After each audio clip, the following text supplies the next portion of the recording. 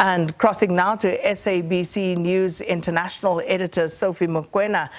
Sophie, good morning. So President Cyril Ramaphosa has said that Catholics of all faiths are saddened by the passing of Pope Francis, and also saying that Pope Francis, as the spiritual leader, sought to unite humanity and wished to see the world governed by fundamental human values. What more are we hearing at this stage, Sophie? Well, we've heard from many people, including ordinary citizens of the world.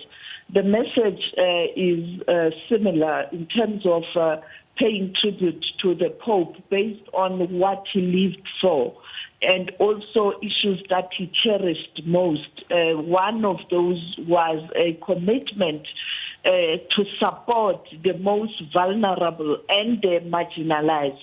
We know also that he was talking a lot about a need for peace in Ukraine, in the Middle East, in Sudan, in the DRC, and now in South Sudan, particularly the Middle East. A real friend of the Palestinians, because in every speech he emphasized a need for a peace in the Middle East between Palestinians and Israelites, and also saying that the world must never forget that conflict in the Middle East. And we are told that constantly he would speak to Catholics in the Middle East, and particularly in areas where there are conflicts, trying to get reports in terms of what was happening. Even his last message on Sunday, that short message, that appearance at the balcony, he did again talk about the plight of the Palestinians. And therefore, many people are saying he was a person who understood that the world must be at peace. But on issues of the vulnerable, I just want to make a link with South Africa in particular. Yes, he was from Argentina. He is from the developing South. But he did take note of different countries that can contribute towards building a better world. For example, former South African Deputy President Phumzile Mlambo-Ngcuka was appointed by the Pope to be part of a very small committee that was advising the Pope on issues of poverty in the world and inequality. And they would give him reports.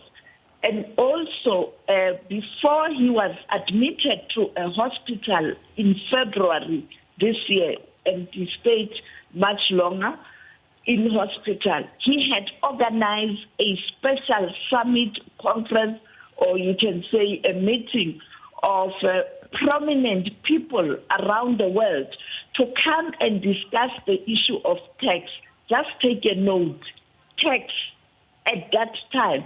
At this moment, South Africa is debating the issue of tax, where people are saying it is going to affect the vulnerable. At that conference in February, he had invited the former advisor of the President of South Africa, Advocate Mojanku Gumbi, who is also the advisor of the Secretary General of the UN, Antonio Guterres, on issues of discrimination at workplace or racism at work. And secondly, he had invited the former South African President Thabo Mbeki to deliver also a message looking at illicit financial outflows, because that money can be used to deliver services for the poor around the world, and you can avoid taxing the poor. So look at the similarities. At that time in February, him organizing this summit, but he couldn't deliver the opening remarks because it was on the day of the summit in the morning where the doctors advised him to go to hospital and not attend that summit. We are told that he wanted to, he even refused to share his speech because he wanted to address that summit personally, but he was admitted to a hospital and he stayed there for a long time. And when he came back now, very few days and few months, and now a few weeks, now he has passed on. That message around tax what a coincidence with what we are debating in South Africa about tax ahead of the 1st of May.